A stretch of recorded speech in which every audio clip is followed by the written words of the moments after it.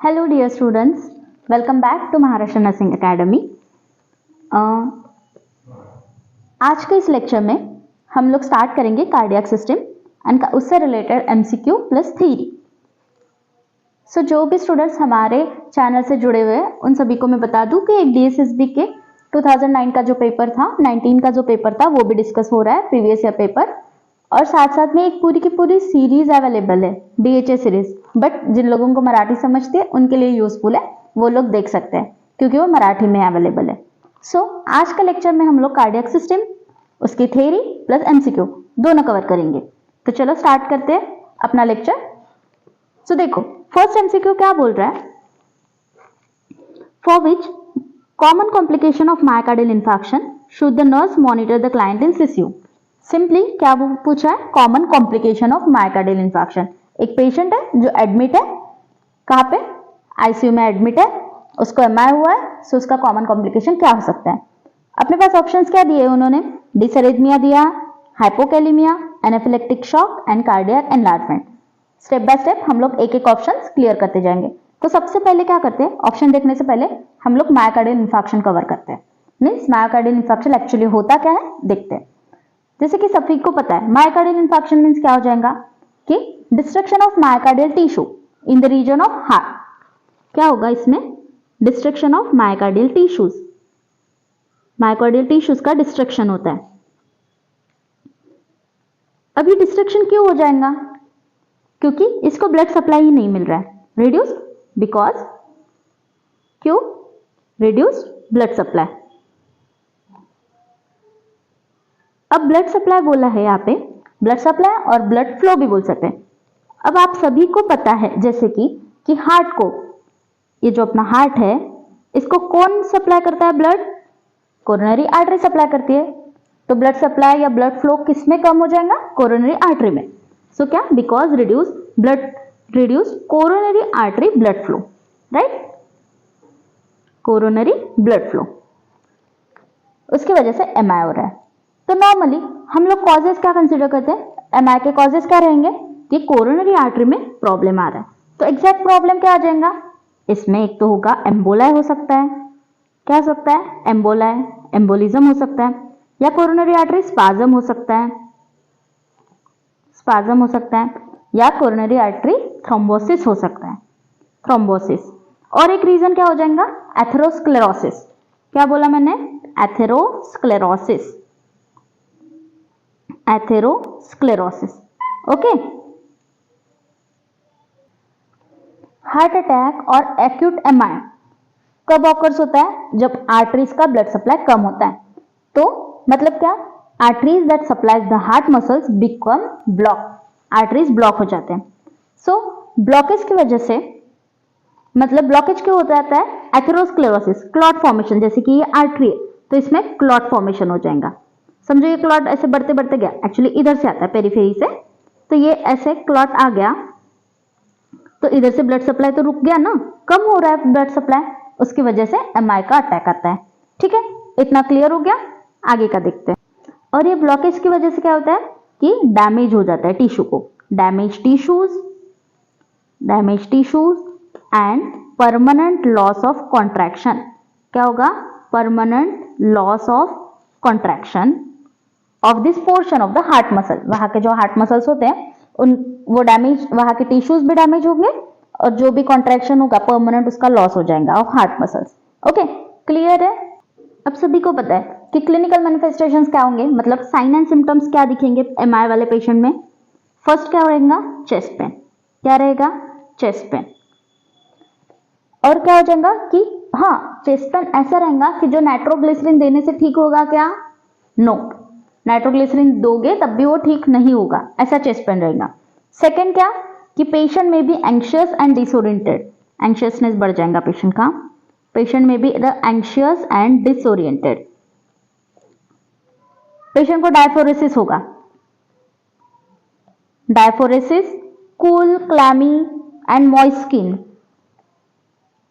Cool, clammy and moist skin, okay.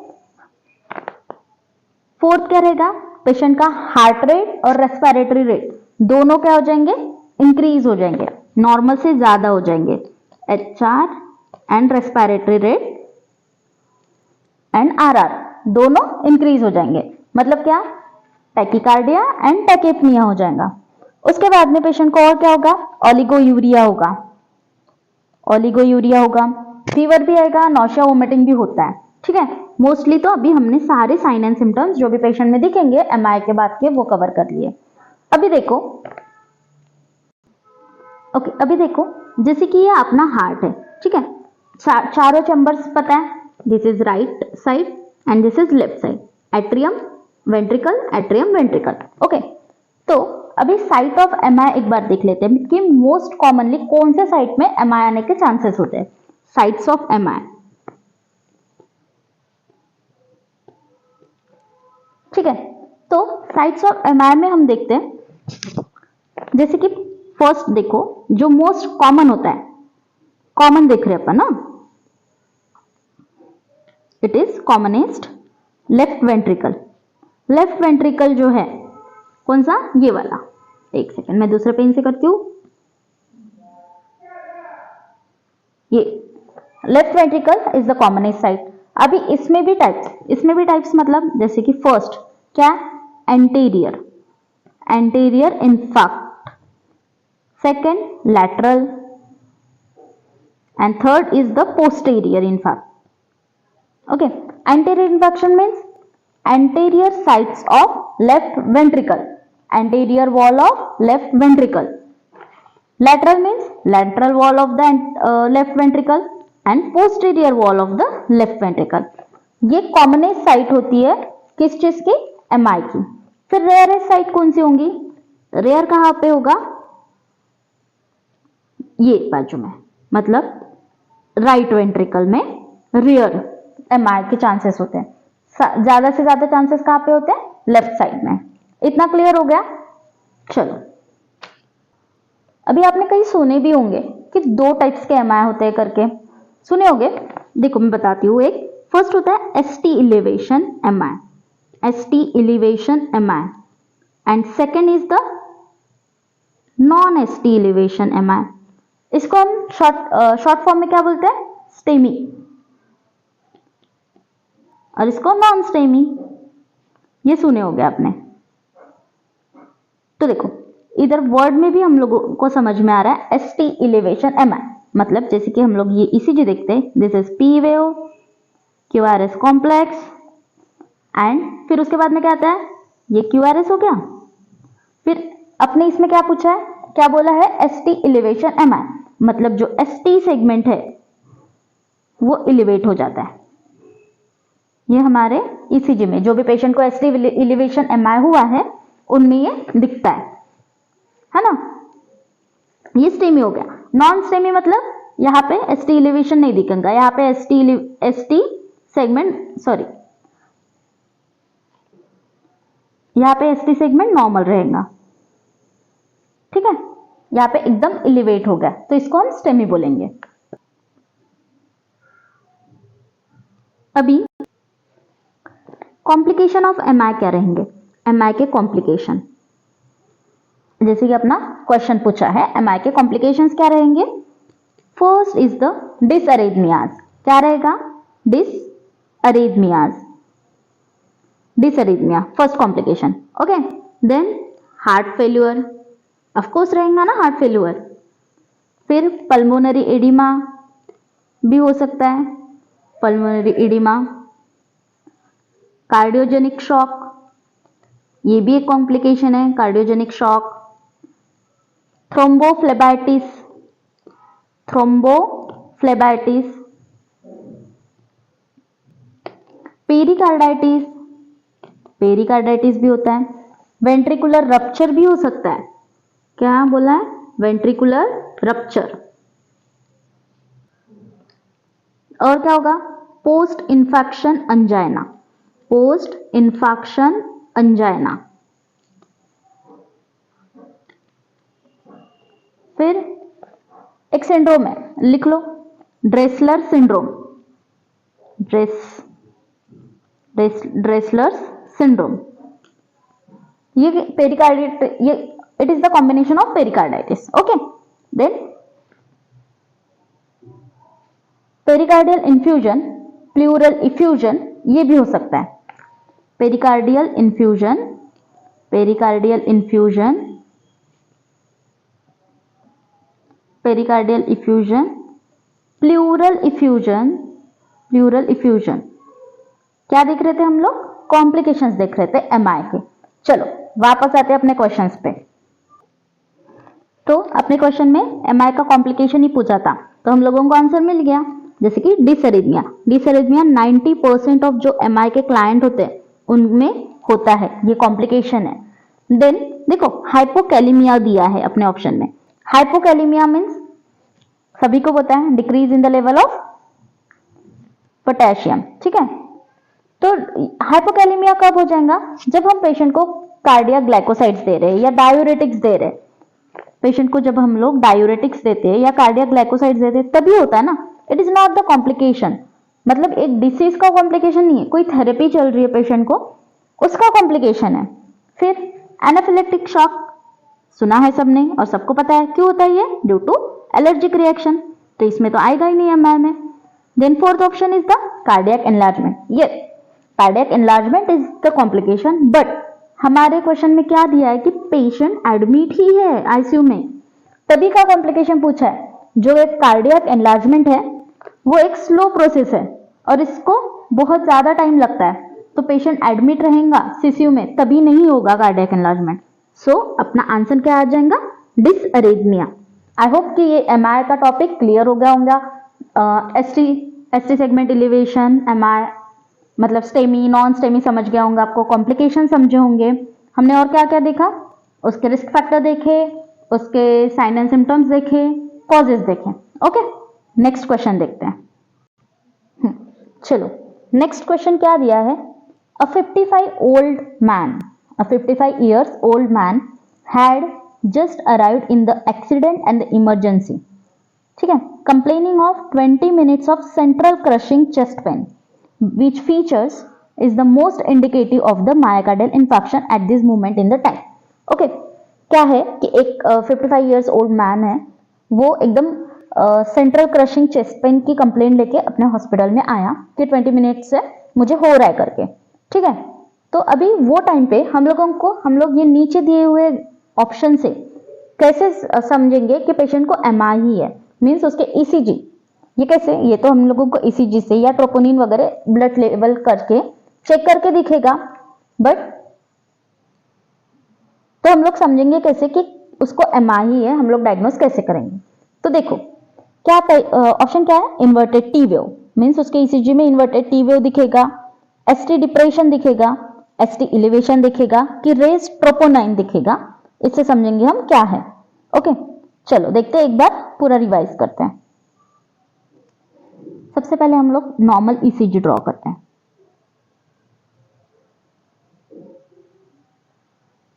Okay, normal ECG हो गया। यहाँ पे सब वेव्स अच्छे से दिख रहे हैं, ठीक है, P waves, QRS complex and S T wave. Okay, तो अभी देखो कि जैसे कि पेशेंट को हम लोगों को आइडेंटिफाई करना है कि इसको MI means acute myocardial infarction हुआ है या नहीं, तो सबसे पहला साइन क्या दिखेगा आपको? Peak T wave. पहले का लिख लो आप लोग, पिक टी वेव दिखेगा।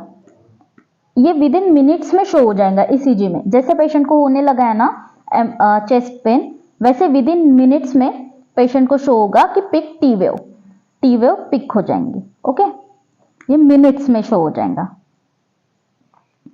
फिर धीरे धीरे क्या होगा, जैसे कि मिनट्स टू आवर्स होते हैं, मिनट्स टू आवर्स जाते हैं, तो वैसे एसटी सेगमेंट इलिवेशन दिखने लगेगा अपने को। क्या दिखने को लगेगा?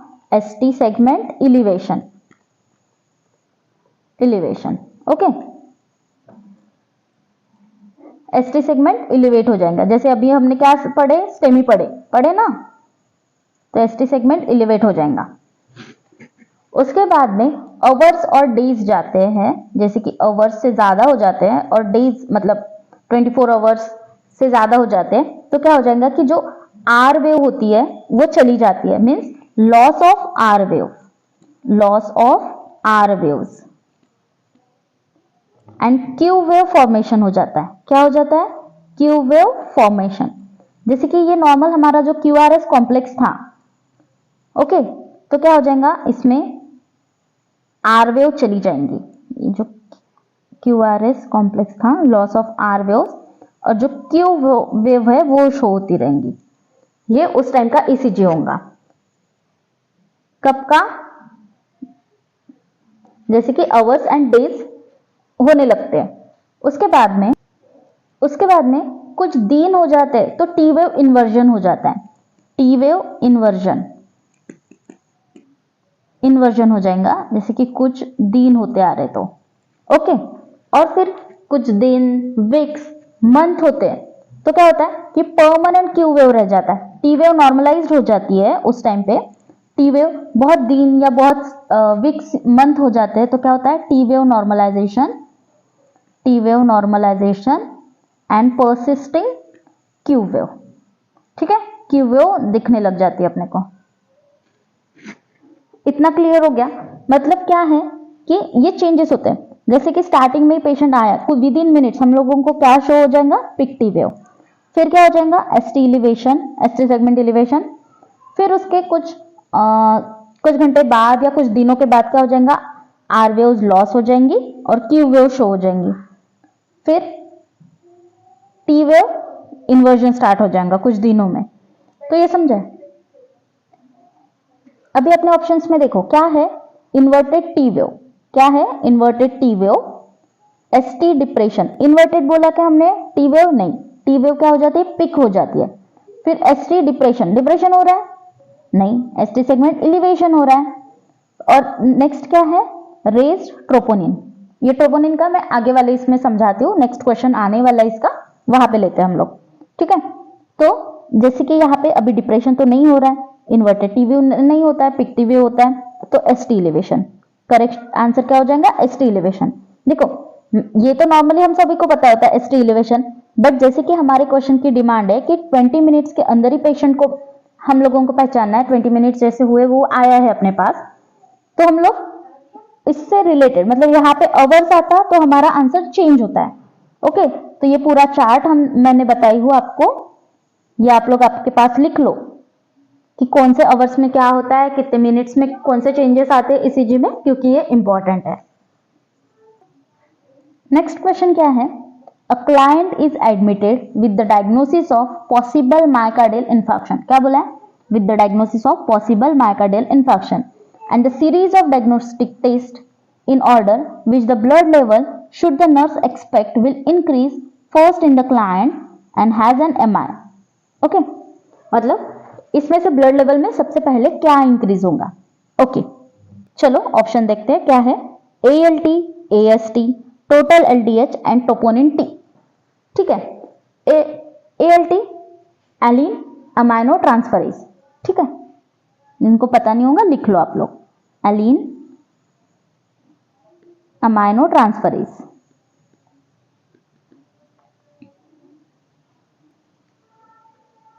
ठीक है, अभी देख लेते हैं ALT क्या होता है। ALT it's predominantly found in the liver. ये कहां पे मिलेगा आपको, लीवर में। It is found in the lesser quantity in the kidney, मतलब सबसे ज्यादा क्वांटिटी इसकी लीवर में होती है। फिर बहुत कम क्वांटिटी कहाँ पे होंगी, किडनी, हार्ट, स्केलेटल मसल्स, यहां पे होंगी। सो इट इज, ये जो ALT है ये प्रीडोमिनेंटली मींस प्राइमरली हम लोग किसको डायग्नोस करने के लिए करते हैं, स्पेशली लीवर को। ओके, तो ये तो कट ही हो गया हमारा ऑप्शंस। नेक्स्ट क्या है, AST। अभी AST क्या, serum aspirate amino transferase. Serum aspirate amino transferase, इसको SGOT भी बोलते हैं हम लोग। ओके, तो ये जो है इसको SGOT भी बोलते हैं। ये हमारे इसमें मींस MI के पेशेंट में कब इंक्रीज होता है, it is elevated 8 hours after MI, means heart MI हुआ पेशेंट को उसके 8 आवर्स के बाद में इलिवेट होता है AST। ठीक है, इतना क्लियर हो गया। अपने क्वेश्चन में क्या पूछा है, फर्स्ट मींस कैसे कैसे इंक्रीज होगा, सबसे पहले क्या इंक्रीज होगा ये पूछा है। ये 8 आवर्स के बाद इंक्रीज हो रहा है, ALT तो कट ही हो गया, हम लोग लीवर फंक्शन के लिए करते हैं। फिर उसके बाद में टोटल LDH। तो अभी ध्यान दो, टोटल LDH कब इंक्रीज होगा पेशेंट में? ये 24 टू 48 आवर्स में 48 आवर्स ऑफ MI के बाद 24 टू 48 आवर्स के बाद में LDH रिलीज होता है, एलिवेट होता है। ठीक है, इतना हो गया, मतलब 3 ऑप्शन चले गए। अभी हमारे पास बचा है एक ऑप्शन, ट्रोपोनिन T। मतलब इसका मतलब ये सही आंसर है, ये क्लियर हो गया। बट फिर भी हम लोग एक बार कार्डियक मार्कर्स सारे कवर कर लेते हैं। चलो अभी इसमें देखो आप, हम लोग एक चार्ट बनाएंगे, इससे आप लोग इजीली याद रख सकोगे। जैसे कि सबसे पहले हम लोग क्या देखते हैं, CKMB स्पेसिफिसिटी इसकी कितनी है? 95%। ओके, तो ये MI के कितने आवर्स के बाद में रिलीज होता है, कितने आवर्स के बाद में हम लोगों को दिखता है ब्लड में? It is 4 to 8 hours. Okay, appear कितने इसके बाद में होगा? 4 to 8 आवर्स। फिर इसका पिक कब होगा? 24 आवर्स। मतलब 24 आवर्स में ये एकदम पिक लेवल पे होता है। ये डिसअपियर 1.5 to 3 डेज के इसमें ये डिसअपियर होने लग जाता है। CKMB की बात कर रहे हैं। ठीक है, ये MI के पेशेंट में तो बढ़ता ही है, साथ साथ में कौन से पेशेंट में बढ़ेगा? जिनको मायोकार्डाइटिस है, मस्कुलर डिस्ट्रॉफी है, वो भी पेशेंट में CKMB इंक्रीज हो जाएगा। बट अभी हम लोग MI का देख रहे हैं। अभी MI की इसमें याद रखो कि अपीयर 4 to 8 आवर्स के बाद में होता है MI के, और पीक 24 आवर्स तक होता है। नेक्स्ट है troponin T and troponin I, दो है ना इसमें। इसको फर्स्ट बायोमार्कर बोला जाता है। क्या बोला जाता है इसको? First biomarker. तो ये कब इंक्रीज होता है? देखो 3 to 12 आवर्स, मतलब CKMB के भी पहले रिलीज हो रहा है, अपीयर हो रहा है ब्लड में 3 to 12 आवर्स। इसीलिए हमारे क्वेश्चन का आंसर क्या आया था? Troponin T, troponin. ओके, इसका भी पीक 24 आवर्स में होता है। और डिसअपियर कब होता है? ये 7 to 8 डेज के बाद में डिसअपियर होता है। ठीक है, इसको क्या बोला जाता है, और क्या बोला जाता है ट्रोपोनिन को? Gold standard testing for the diagnostic of MI। Okay, और साथ साथ में कब इंक्रीज हो जाएगा? जब ये इसमें भी, मतलब जब नॉन ST सेगमेंट एलिवेशन होता है MI, उसमें भी बढ़ता है। अनस्टेबल एंजाइना में भी रेज होता है, और MI के लिए तो इसको क्या बोलेंगे? Gold standard testing for the diagnostic of MI। इतना क्लियर हो गया? आई होप आज के हमने सिर्फ 3 ही क्वेश्चंस लिए हैं, बट आप लोगों को भी समझा होगा कि हमने पूरा डिटेल में कवर किया डायग्नोस्टिक टेस्ट। ठीक है, चलो मिलते हैं नेक्स्ट क्लास में। Thank you.